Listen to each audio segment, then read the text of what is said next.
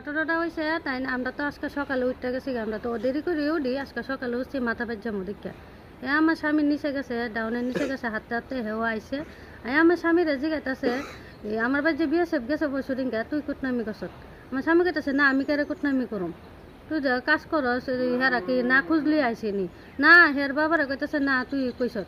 ইতা কইতে কইতে আমার গাড়া বিজন তো আইসে আইসে পরে দিয়া এখন আমার স্বামী বাইর ঢুকছে কেমন কিতা গো হ্যাঁ ক আমি বলে ঢুকা সরকার কইতেছে আমি বলে বিএসএফের কাছে কইছি এই যে আমি কুটনামি করছি, আমি অনে হেরে বাইক ডাবার করছে হেরে লইয়া গে লইলে ক্যাম্প গিয়ে জিগাই লইলে হেরে মানতে রাজি নাই, এখন না তুই কুটনামি করছস।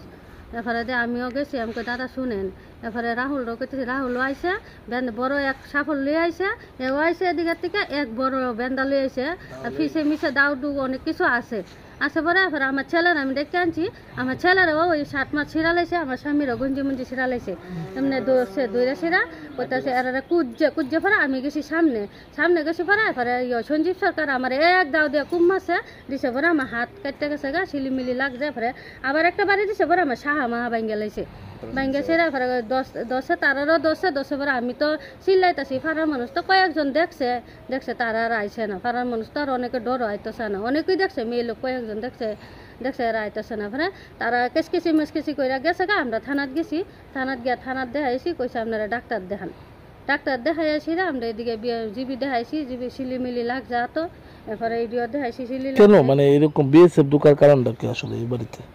বিএসএফ ঢোকার কারণ হইলে তারা 2 নাম্বারি ব্যবসা করে ফেঞ্চি স্কব এরপরে বড়িসরি তা বেচে, তারার কাজ তারা করুক না, এটা তো আমাদের কালে না। কোন দিকে বেচে তারা?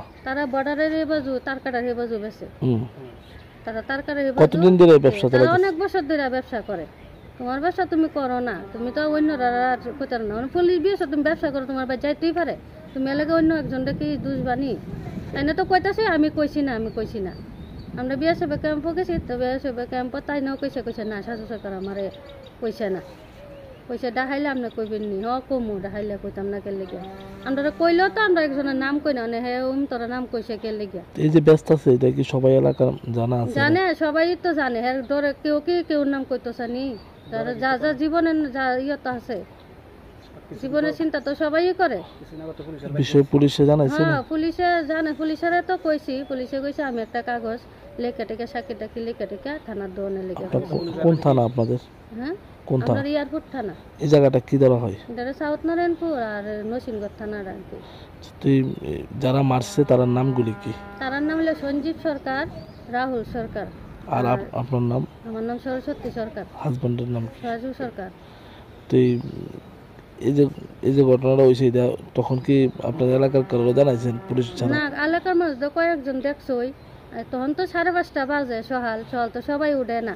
দাটা ওকে নিয়ে এসেছিল নিতে? হ্যাঁ একটা বড় এক সাফল লই আইছে, এরপরে দাও লই আইছে, এরপরে বেন্দা লই আইছে মুডা, কিচেন থেকে কিও বার করে আমারে দিছে দিছে পরে আমার হাত কাটতে গেছে গা শিলিমিলি লাগছে। এখন কি চান?